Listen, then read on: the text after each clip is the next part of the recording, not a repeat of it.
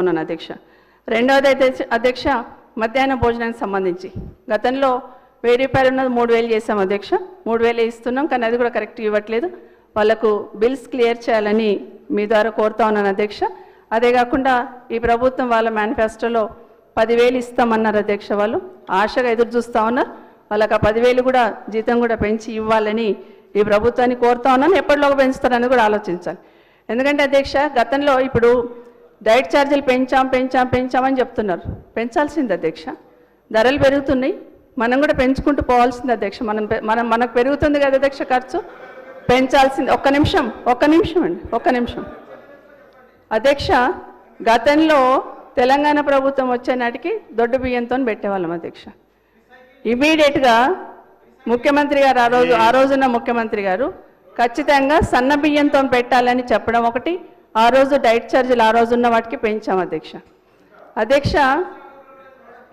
అదే కాకుండా అదే సెంట్రల్ గవర్నమెంట్ ఇచ్చిన అమౌంట్ కానీ ఎక్సెస్ అయినా కూడా, బియ్యం ఖర్చు పెరిగినా కూడా ఇచ్చినాం అధ్యక్ష. గుడ్డు ఖర్చు పెరిగినా కూడా ఎక్స్ట్రా పెట్టుకున్నాం అధ్యక్ష. అదే కాకుండా 9th 10th పిల్లలకి మధ్యాహ్న భోజనం సెంట్రల్ గవర్నమెంట్ ఇవ్వదు అధ్యక్ష. అది రాష్ట్ర ప్రభుత్వమే భరిస్తుంది అధ్యక్ష. ఆ రోజు నిర్ణయం తీసుకున్నాం కదా, దాన్ని మీరు కంటిన్యూ చేస్తున్నారు, సంతోషం. అంతే తప్పిస్తే గతంలో ఏమీ చేయలేదు, మొత్తం మేమే చేస్తున్నాం అనడం మాత్రం కరెక్ట్ కాదని మీ ద్వారా గౌరవ సభ్యులకు తెలియజేస్తున్నాను అధ్యక్ష. ఇంకొక అధ్యక్ష ప్లీజ్ అధ్యక్ష, నేనేమంటలేను అధ్యక్ష. ఇంకొక ప్రభుత్వం ఇంకొకటి ఆలోచించాలి అధ్యక్ష. మాట్లాడింది టైం ఉన్నది. హరీష్ రావు గారు, ప్రశాంత్ రెడ్డి గారు 1:15 మాట్లాడారు సార్. నేను అధ్యక్ష నేనేం డిబేట్ రావట్లేదు అధ్యక్ష. ఇంకోటి అధ్యక్ష, ఇంకొక విషయం అధ్యక్ష, ప్రభుత్వ స్కూల్స్లలో ఇంకొకటి కూడా నిర్ణయం తీసుకున్నాం అధ్యక్ష. గతంలో మార్నింగ్ బ్రేక్ఫాస్ట్ పెట్టాలి, అన్ని స్కూళ్ళల్లో బ్రేక్ఫాస్ట్ స్టార్ట్ చేయాలనే ఉద్దేశంతో మొదటి విడతలో కొన్ని స్కూల్ స్టార్ట్ చేసి ఒక 700 కోట్లతోని స్టార్ట్ చేస్తున్నాం అధ్యక్ష. స్టార్ట్ చేసినప్పుడు ఆ రోజు కేసీఆర్ గారు నాతో చెప్పినప్పుడు బ్రేక్ఫాస్ట్ స్టార్ట్ చేయాలమ్మా స్కూళ్ళల్లో అంటే, ఇది సాధ్యం అవుతుందా, పోయి ఏం చేస్తాము, పిల్లలు ఇంట్లోనే తినేసి వస్తారు కదా అనుకొని ఒక స్కూల్కి వెళ్ళాను అధ్యక్ష. ఒక 10 మంది పిల్లలతో మాట్లాడాను అధ్యక్ష. బాబు నువ్వు మార్నింగ్ ఏం తినేసి వస్తున్నానని. అందరు కూడా టీ తాగేసి వస్తామని చెప్పాడు. ఒక్క పిల్లోడు మాత్రమే తినేసి వస్తామని చెప్పాడు. వాళ్ళని అడిగాను అధ్యక్ష, టీ ఎందుకు తాగేసి వస్తారు నానంటే, పొద్దున్న లేచి మా అమ్మ వాళ్ళు పనిలోకి వెళ్ళిపోతారు, టీ తాగి వస్తాం, మధ్యాహ్నం ఎట్లా మధ్యాహ్న భోజనం దొరుకుతుంది కదా మేడం, అందుకే వచ్చేస్తామని చెప్పారు. నిజంగా బాధ అనిపించింది అధ్యక్ష.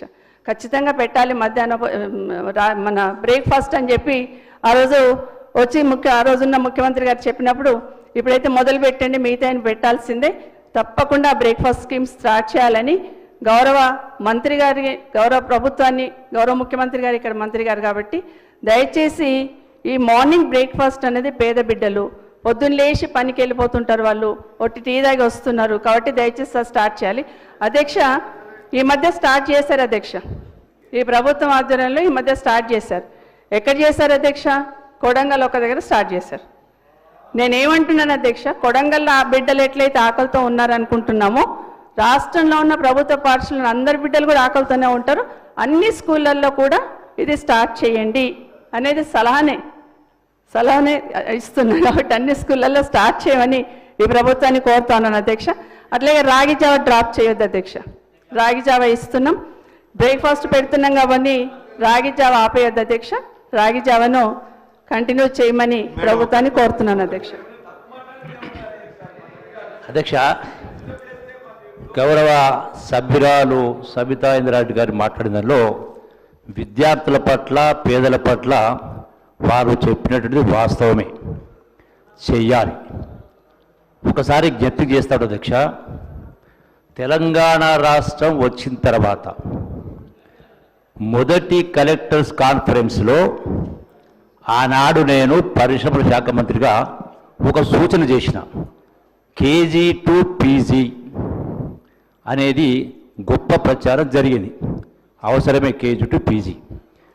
అధ్యక్ష, మొత్తంగా రాష్ట్రంలో ఈ రోజున గురుకుల పాఠశాలలు కావచ్చు, కేజీ ఇవన్నీ కలగలిపి 1000 గురుకులాలు ఉన్నాయి.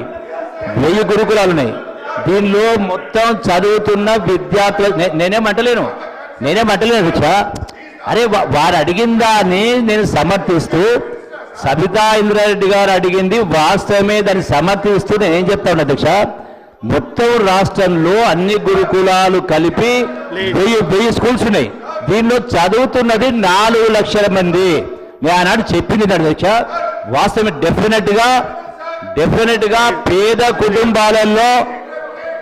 కుటుంబాలలో ఇంటి దగ్గర చదువుకునే వాతావరణం ఉండదు.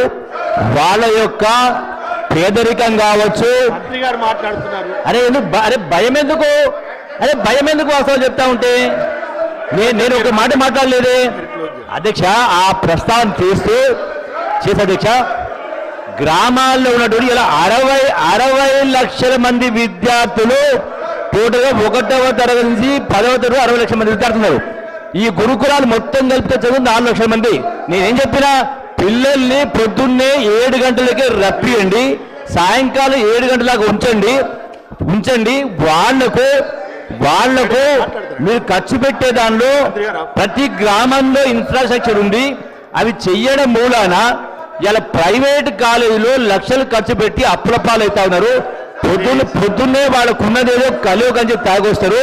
ఉదయం పూట 3 గంటలు, సాయంకాలం 3 గంటలు, 6 గంటల సేపు గ్రామాల్లో కానీ చదువుకున్న నిరుద్యోగ యువకులు 3 గంటలు ఏదో ప్రార్థన చెప్పిస్తే ప్రతి స్కూలు కూడా ఒక రిజల్ట్ స్కూల్ అవుతుంది.